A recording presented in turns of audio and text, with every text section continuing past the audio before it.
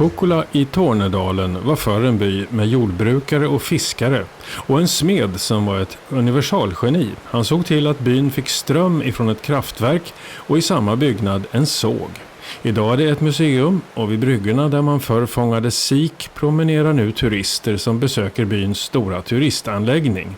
Och där är ett dragplåster just sikfisket som fortfarande utförs traditionellt med långskaftade hovar.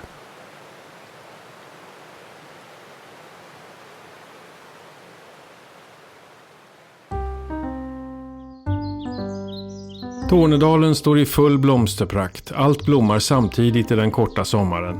Det är bedövande vackert men samtidigt visar de överväxta ängarna och järnvägsspåren och alla tomma och förfallna hus hur hårt livet varit här och hur många som lämnat Tornedalen för jobb söderöver.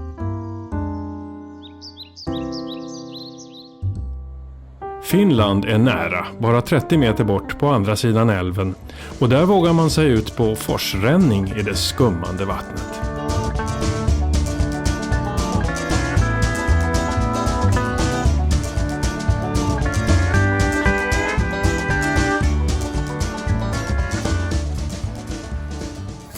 I Tornedalen badar man bastu och i Kokkola har en förening kallad Bastuakademin sina lokaler. 3 gånger varje sommar öppnar de sina olika bastuvarianter för allmänheten. Men tyvärr inte när vi var där.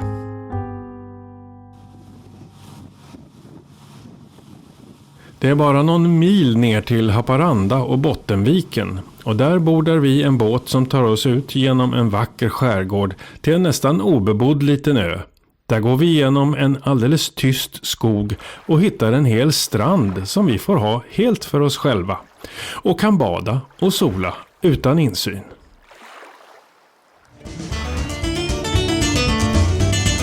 Vi far över gränsen till Rovaniemi i Finland, egentligen mest för att det går.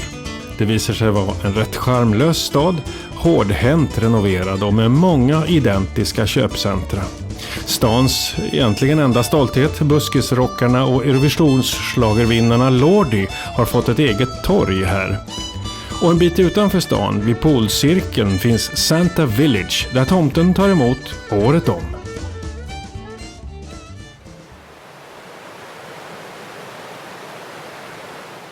Sista kvällen i Kokkolaforsen äter vi en utsökt middag med Tornedalsspecialiteten doppikopp ute på den lätt skrangliga fiskebryggan. Mysigt och väldigt gott.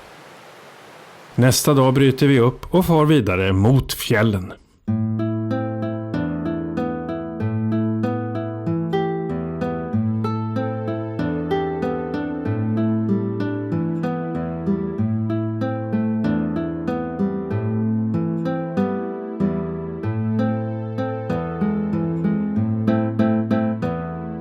Vi har bokat in oss på en gourmetmiddag på ett ställe några mil utanför Kiruna.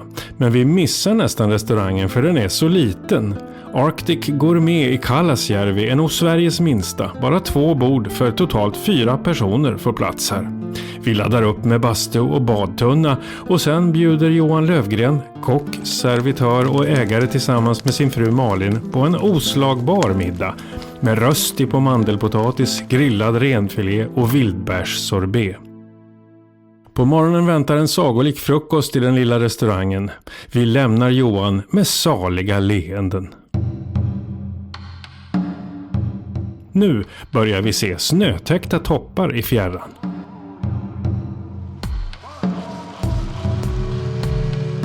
Nästa stopp är Björkliden vid Torneträsk. Det här skidparadiset är på sommaren en magnet för fjällvandrare och vi är många som vill uppleva den mäktiga men karga naturen.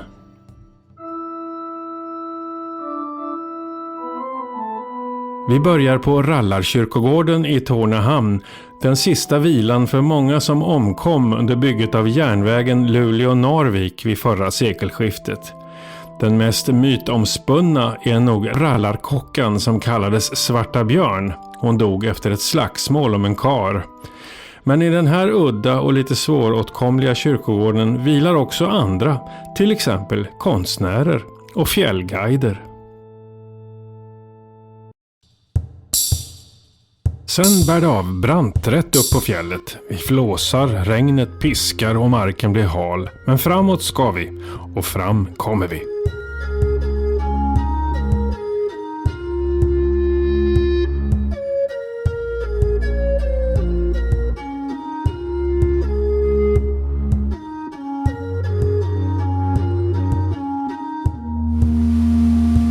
Alldeles intill Björklidens skidbackar kastar sig Rakkasjokk, en sprallig fors med kristallklart vatten nedför branten. Efter det vackra silverfallet rinner den ut i Torneträsk, där modiga människor tar sig ett bad. Grannbyn Abisko lockar med en sommaröppen lift som tar oss upp på berget Nuolja.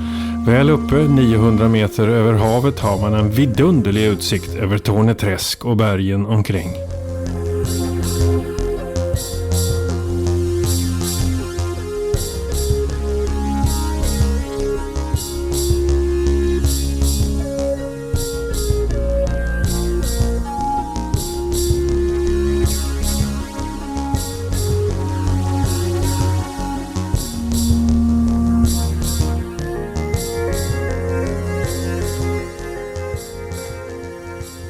Vi flyttar över pick och pack till Abisko och vandrar där. Först en slinga ut med Abiskojokk som väller fram genom en taggig kanjon. Sen blir det en 14 kilometer lång sträcka över fjällhedar och myrar i riktning mot den ikoniska Lappporten. Framför den på en kulle fanns en gång en samisk offerplats, men den är nu spårlöst försvunnen.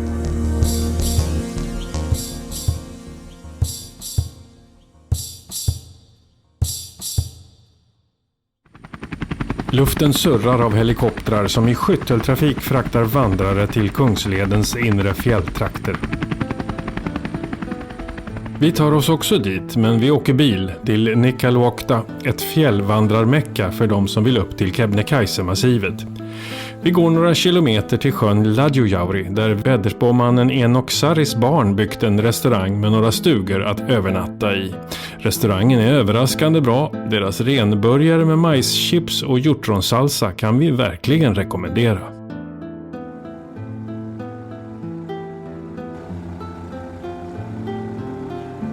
Nere vid stranden finns en liten hamn där många fjällvandrare står och väntar.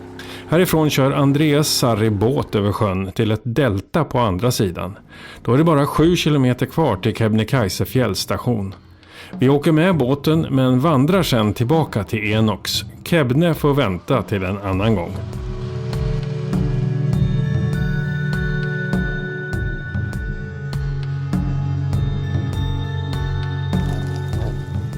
Landskapet vid Ladjujauri är så vackert så vi stannar en dag extra.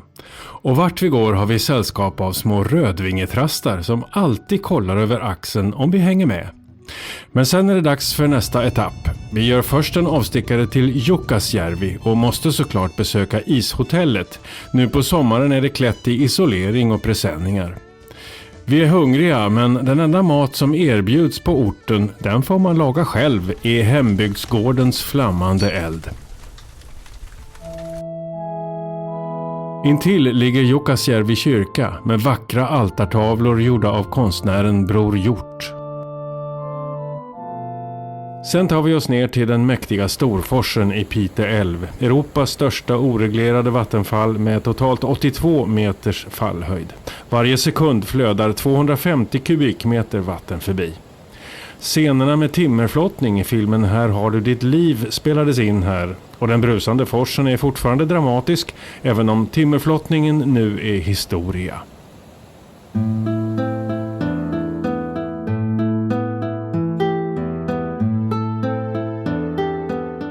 Det finns annat att upptäcka i forsens närhet, till exempel Döda fallen, en torrlagd forsfåra där kvarblivna pölar har blivit badställen, och man har byggt en scen. Publiken får nog ha med sig egna sittdynor. Runt omkring står Trollskogen.